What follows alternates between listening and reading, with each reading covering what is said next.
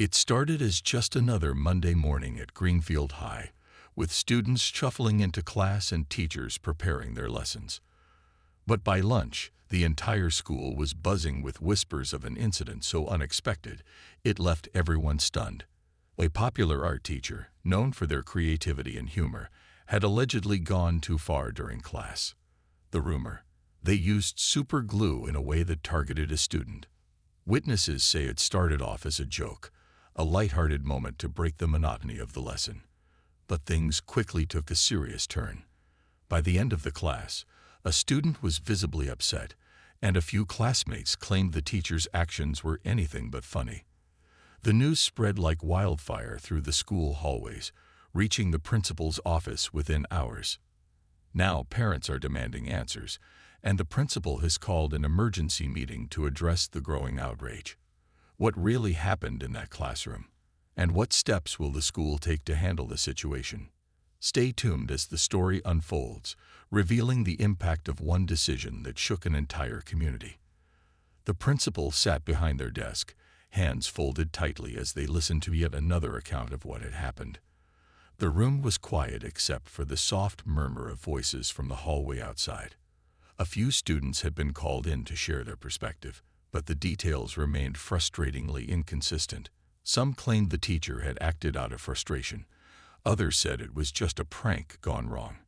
Either way, the damage was done, and the school was now caught in the middle of a brewing storm.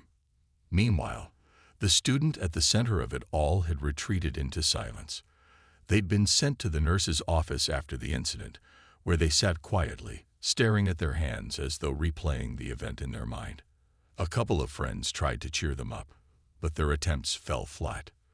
The weight of the situation was too heavy, and it was clear that this wasn't something that could be brushed off with a joke or a shrug.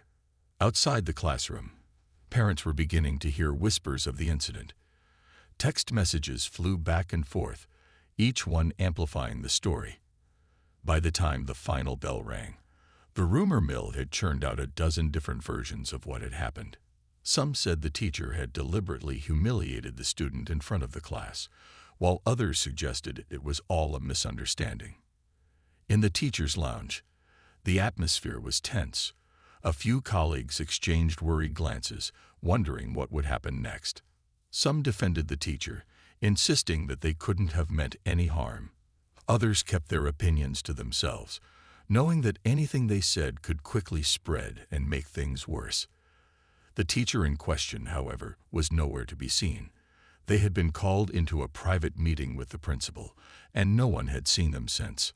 By dinner time, the story had spilled out of the school and into the community. Social media lit up with posts and comments, each one more sensational than the last. Teacher uses super glue on student. What is happening to our schools? One post read. Another shared, "This is exactly why we need better training for teachers. This should never happen." At home, the student's family was struggling to process the situation. Sitting around the kitchen table, they debated what to do next. Should they file a formal complaint, demand the teacher be fired, or wait to see how the school handled it? The students sat quietly, not saying much, but their downcast expressions said it all. They felt embarrassed, confused, and unsure of what would come next. The teacher, on the other hand, was pacing in their living room, phone in hand. They had already received several calls, some from concerned colleagues, others from friends offering support, but no one seemed to have a clear answer for how to handle the situation. Their thoughts raced as they replayed the moment over and over, trying to figure out where things had gone wrong. Back at school, the principal was preparing for the following day. They knew they had to address the incident head-on, but how? The pressure was mounting, with parents demanding transparency and students looking for answers. The principal had always prided themselves on running a tight ship, but this situation felt different.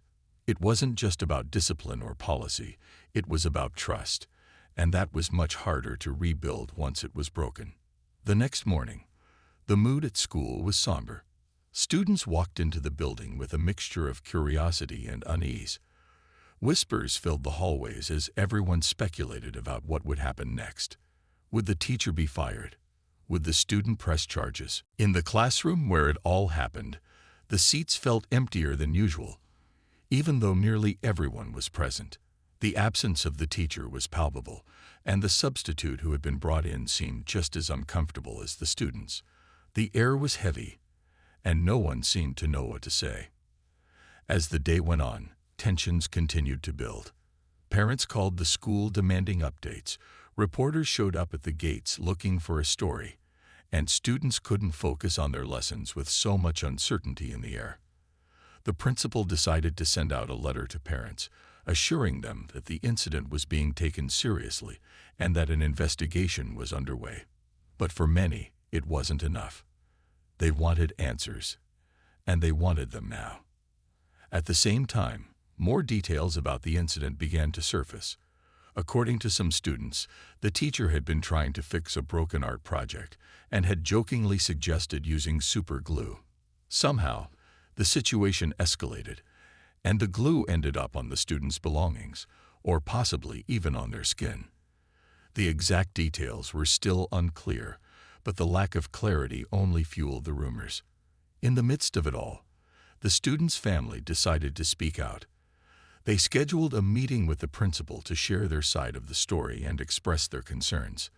They didn't want to ruin anyone's career, but they also felt that what had happened was unacceptable. They wanted assurance that their child would be supported and that steps would be taken to prevent something like this from happening again. As the week wore on, the pressure on the school continued to mount. The incident had become a flashpoint, sparking larger conversations about teacher conduct, student safety, and the role of humor in the classroom. Some saw it as an opportunity to reflect and grow, while others saw it as a sign of everything wrong with the current education system. The teacher, meanwhile, remained in limbo. They had been placed on administrative leave while the investigation continued, and the uncertainty was taking a toll. They worried not only about their job, but also about their reputation and the impact this would have on their students. By the end of the week, the community was still waiting for answers. The school board announced that they would be holding a meeting to discuss the incident and gather input from parents and students. It was clear that this story was far from over, and everyone was bracing themselves for what would come next. As the dust settled, one thing was clear. This wasn't just about a single moment or a single mistake. It was about the relationships between teachers and students, the trust that forms the foundation of any classroom, and the responsibility that comes with being an educator. For now, though, the questions outweighed the answers, and the tension hung in the air like a storm waiting to break. As the days passed, the tension around the school grew heavier. The hallways felt different, quieter, as though everyone was walking on eggshells. Students were still talking about the incident, but the conversations had taken on a sharper tone. Some defended the teacher, saying it was all a misunderstanding blown out of proportion. Others argued that the teacher's actions had crossed a line and that something had to be done. The school board meeting loomed closer, and with it came a mix of anxiety and anticipation. Flyers had been sent home, emails flooded inboxes, and parents discussed the issue in hushed tones at pickup lines and grocery stores. It wasn't just about what had happened. It was about what it represented. Everyone had their own take on the matter, and it seemed like the entire community was waiting for a chance to have their say. The student at the center of it all was struggling to keep up with the chaos. They had returned to class, but found it difficult to focus. Everywhere they went, they could feel eyes on them, hear whispers behind their back. Their friends tried to offer support, but even they didn't seem to fully understand. It wasn't just about the incident anymore. It was about the way everything had spiraled out of control. Their parents, too, were feeling the weight of the situation. They had spent hours going over their options, trying to decide what would be best for their child. They wanted to protect them, to make sure they felt heard and supported, but they also didn't want to escalate things unnecessarily. The pressure was immense, and it felt like no matter what they did, someone would criticize them for it. The teacher's absence was another source of tension. For years, they had been a fixture at the school, known for their creative lessons and quick wit. Students had admired them, parents had praised them, and colleagues had respected them. But now, all of that seemed to hang in the balance. The teacher had been advised to stay off social media and avoid public discussions about the incident, but it was clear that they were struggling with the uncertainty. Behind closed doors, the school administration was working overtime to gather facts and prepare for the board meeting. The principal had conducted interviews with students, reviewed security footage, and consulted with legal advisors. But even with all the information they had collected, the picture was still incomplete. There were conflicting accounts, gaps in the timeline, and an overwhelming sense that no resolution would satisfy everyone. As the night of the meeting approached, the community's emotions reached a boiling point. Some parents rallied in support of the teacher, organizing petitions and sharing stories about the positive impact they had made over the years. Others called for stricter accountability, insisting that teachers needed to be held to higher standards. The divide was stark, and it felt like everyone was bracing for a showdown. On the day of the meeting, the school's auditorium was packed. Parents, teachers, students, and even a few reporters filled the seats, their faces a mix of curiosity, frustration, and determination. The room buzzed with conversation, but it all quieted as the principal stepped up to the microphone. "Thank you all for coming tonight," they began, their voice steady but measured. "I know this has been a challenging week for our school and our community. We are here to listen, to learn, and to work toward a resolution that prioritizes the well-being of our students and staff." The first few speakers shared their concerns calmly, but as the night went on, the emotions in the room began to rise. Parents stood up to share their frustrations, their voices quivering with anger or sadness. Some students spoke as well, offering their perspectives on what had happened and how it had affected the school. As the teacher's name came up again and again, the tension in the room became almost unbearable. Supporters spoke passionately about their dedication and creativity, while critics questioned their judgment and professionalism. The student's family sat quietly in the front row, listening to every word, but saying nothing. When it was their turn to speak, the student's parent walked to the microphone, taking a deep breath before addressing the crowd. "This has been a very difficult time for our family," they began, their voice calm but firm.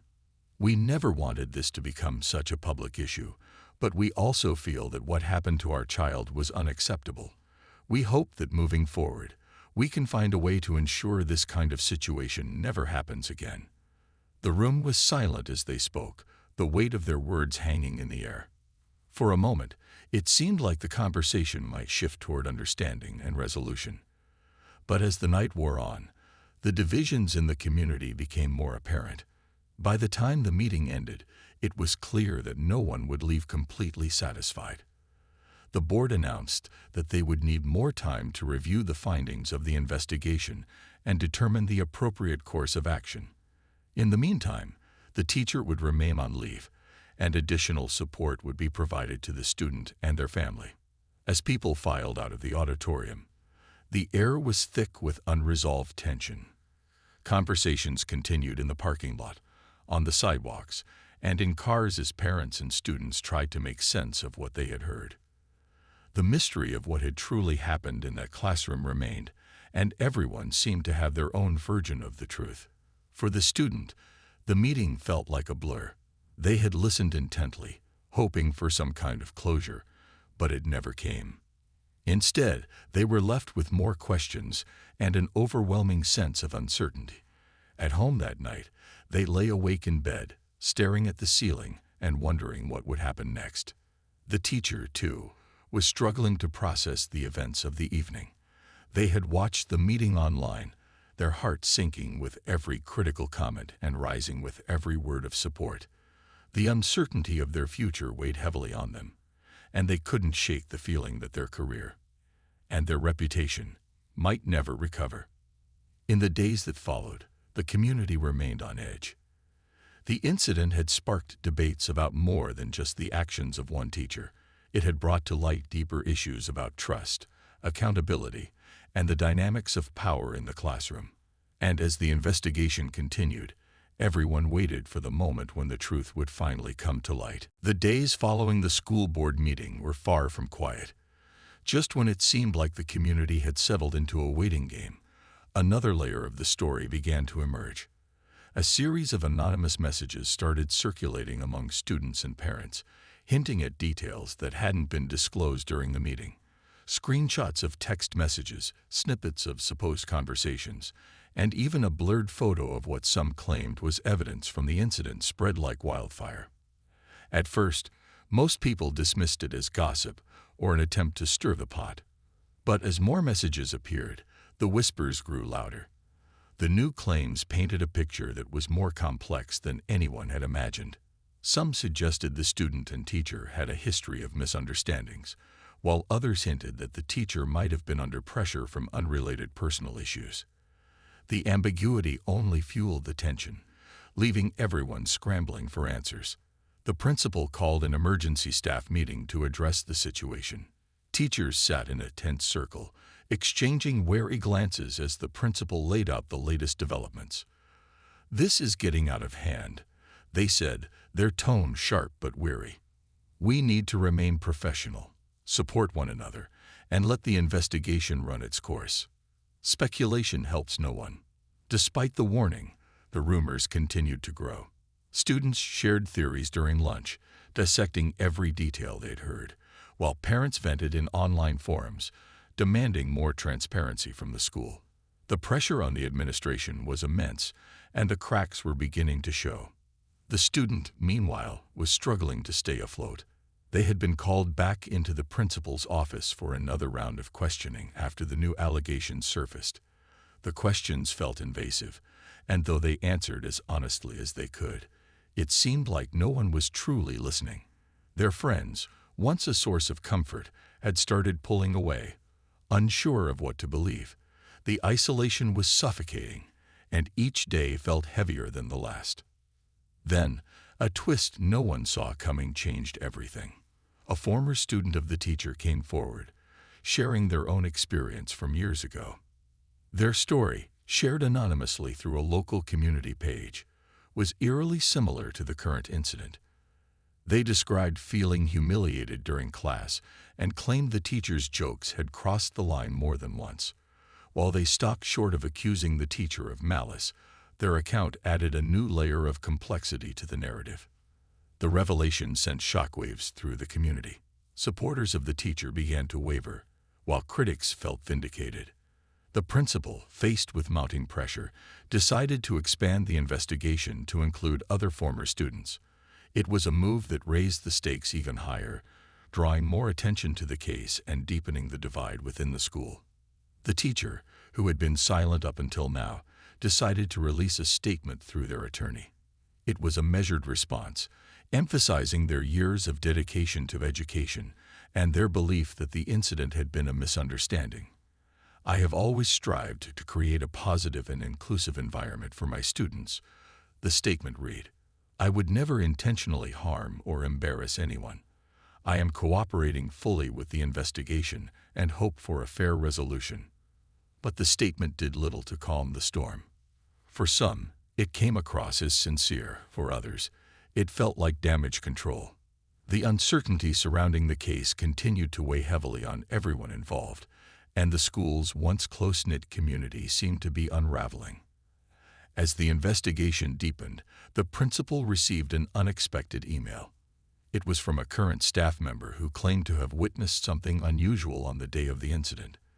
They described seeing the teacher looking visibly upset before class, pacing in the hallway and muttering under their breath. "It was strange," the email read. "They didn't seem like themselves. I thought about saying something but decided against it. Now I'm wondering if I should have spoken up." This new piece of information added another layer of complexity. Was the teacher dealing with personal issues that had affected their judgment? If so, what were those issues, and why hadn't anyone noticed sooner? The principal debated whether to share this detail with the school board, knowing it could either help clarify the situation or further muddy the waters. Meanwhile, The student's family was beginning to feel the strain of the constant attention. Reporters had started showing up at their home, and the barrage of online comments was impossible to ignore. Some were supportive, but others were harsh, questioning their motives and accusing them of overreacting. It felt like they were being judged for every decision they made, and the pressure was taking its toll. One night, as the students sat alone in their room, their phone buzzed with a message from an unknown number. It was a classmate, someone they didn't know well but had seen around school. The message was brief but startling. "I think I know what really happened. Can we talk?" The student hesitated, unsure of what to do. They stared at the message, their heart racing as a million questions flooded their mind. What did this person know? Could they trust them? And why were they only reaching out now? After a few minutes of agonizing deliberation, they typed out a reply. "Okay, when and where?" The response came quickly. "Tomorrow after school. Library. I'll explain everything." The student didn't sleep much that night. Their mind was racing, trying to piece together what this new information could mean. They felt a strange mix of hope and dread, unsure whether the meeting would bring clarity or complicate things further. The next day, the hours dragged by as they waited for the final bell. When it finally rang, they grabbed their bag and headed to the library, their pulse quickening with every step. The library was nearly empty, and it didn't take long to spot the classmate sitting in a corner, nervously glancing around. The conversation that followed was both shocking and illuminating. The classmate claimed to have seen the teacher talking to another student right before the incident. According to them, the exchange had been tense, and the teacher had seemed distracted afterward. "I didn't think much of it at the time," they said, their voice barely above a whisper. "But now, with everything that's happened, I think it might be important." The revelation sent the students' minds spinning. If the teacher had been upset before class, could that have influenced their actions? And who was the other student? Were they connected to the incident, or was it just a coincidence? As they left the library, the student felt a renewed sense of determination. They didn't know where this new information would lead, but they knew it was a piece of the puzzle. The mystery was far from solved, and the stakes had never been higher. The student left the library feeling a mix of anticipation and unease. The new information seemed crucial, but it also added another layer of uncertainty. Who was the other student? What had they said to the teacher that day? And why had no one mentioned it until now? It felt like a piece of the puzzle had fallen into place, but the full picture was still frustratingly out of reach. That night, they shared the conversation with their parents. Their mother listened intently, her expression unreadable, while their father paced the room, clearly troubled. "We need to tell the principal," he said finally, his voice firm. "This could be the break they've been looking for." The student hesitated. Part of them wanted to keep digging, to figure out the truth on their own. But they knew their father was right. The next morning, they handed over the new information to the school. The principal wasted no time. Within hours, they had called the teacher in for another round of questioning and reached out to the other student mentioned in the account. It was a delicate process. Everyone was on edge, knowing how much scrutiny the investigation was under. Meanwhile, whispers spread through the school. The air buzzed with speculation, and it seemed like no one could focus on anything else. The next big breakthrough came when the other student, the one who had spoken to the teacher right before the incident, finally came forward. Their account was unexpected and changed everything. They admitted they had been arguing with the teacher about a late assignment that day, and in the heat of the moment, they had said something harsh. "I told them they weren't a good teacher," the student confessed, their voice shaking. "I didn't mean it, but I was upset, and it just came out." Hearing this sent shockwaves through the administration. It explained the teacher's unusual behavior that day, the pacing in the hallway, the distraction during class. But it didn't fully excuse what had happened. The principal carefully documented the testimony, knowing it would need to be presented to the school board along with everything else. Then came the final twist, the detail no one had expected. As the investigation dug deeper, it was discovered that the anonymous messages circulating online hadn't come from students or parents. They had originated from an account linked to a third-party tutoring service the teacher occasionally worked for after school. At first, it seemed like a coincidence, but when the administration looked closer, a troubling pattern emerged. The messages had been crafted in a way that exaggerated the incident, making it seem far worse than it actually was. It turned out the tutoring service had been quietly unhappy with the teacher for months. They had clashed over scheduling conflicts and policies, and this incident presented an opportunity to undermine their credibility. By feeding rumors into the school community, the service had hoped to push the teacher out of their role entirely. This revelation shocked everyone. It added an entirely new dimension to the story, reframing much of what had happened. The teacher, while not completely absolved, was no longer seen as solely to blame. The student and their family, too, felt a sense of relief knowing that their concerns had been manipulated by outside forces. At the school board meeting that followed, the principal presented the findings with a mix of gravity and clarity. The room was silent as they laid out the full timeline of events, from the initial incident to the discovery of the tutoring service's interference. When they finished, the audience erupted into a mix of gasps and murmurs. The resolution was complicated but fair. The teacher, acknowledging their poor judgment in the moment, agreed to undergo additional training and step down from their after-school tutoring role. They also apologized directly to the student and their family, who, after hearing the full story, accepted the apology. The school implemented new policies to ensure clearer communication and stricter boundaries, hoping to prevent anything similar from happening again. But just when it seemed like everything had been resolved, one final piece of information surfaced. The classmate who had originally come forward with the story about the teacher's hallway pacing admitted they hadn't seen it themselves. They had overheard it from another student, someone who hadn't come forward yet. It was a small, almost inconsequential detail, but it left the principal with a nagging feeling that not everything had been uncovered. As the meeting adjourned and the crowd began to disperse, the mystery lingered in the air, a quiet reminder that some stories never fully end. For the student, life slowly returned to normal. The weight of the incident began to lift, replaced by a cautious sense of closure. Their classmates eventually moved on to other topics, and the whispers in the hallways faded. But every now and then, the student would think back to that moment in the library, the message from the unknown number, and wonder how different things might have been if no one had spoken up.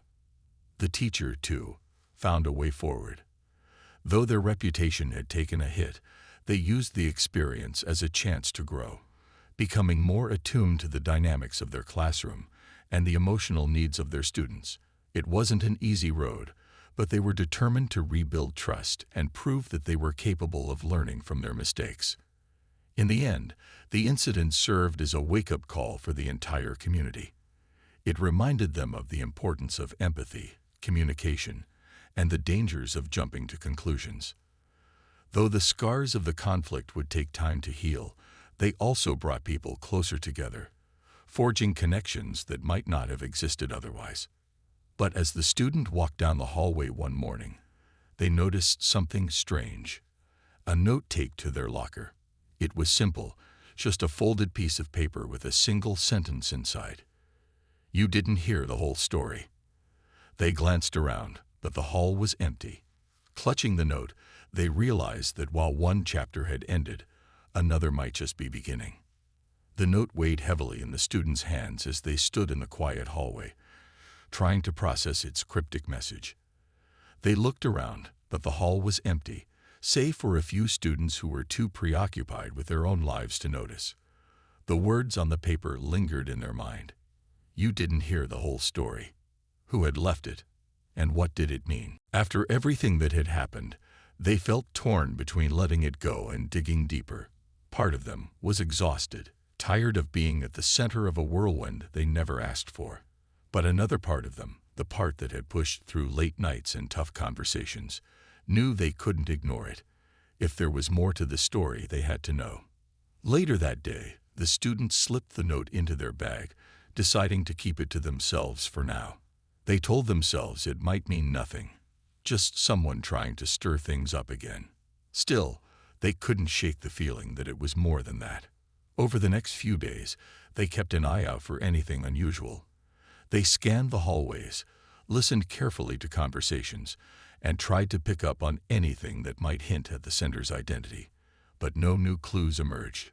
Meanwhile, the school began to settle back into its usual rhythm. The heightened tension that had gripped the community was slowly easing, replaced by a cautious sense of normalcy. The teacher had returned to the classroom, more careful and attentive than ever before. Though some students were still wary, others noticed the effort they were making and began to give them a chance. The student, too, found that their days felt less heavy as time went on. They weren't completely free of the lingering whispers, but they learned to brush them off, focusing on the things that brought them joy and purpose.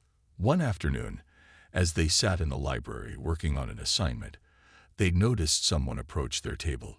It was the classmate who had initially come forward with information about the teacher's behavior. They looked hesitant, almost nervous, as they slid into the seat across from them.